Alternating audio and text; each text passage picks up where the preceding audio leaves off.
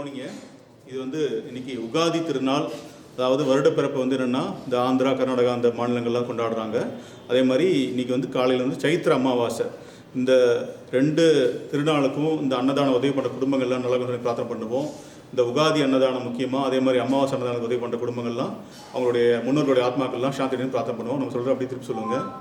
உகாதி மற்றும் அமாவாசை அன்னதானத்திற்கு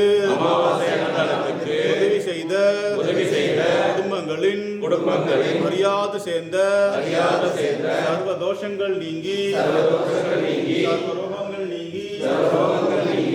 வாழ்க்கையில்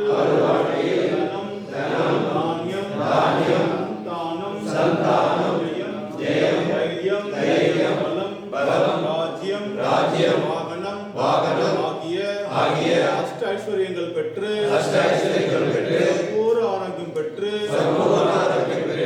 வாழ்க்கையில் எல்லா நலமும் வளமும் பெற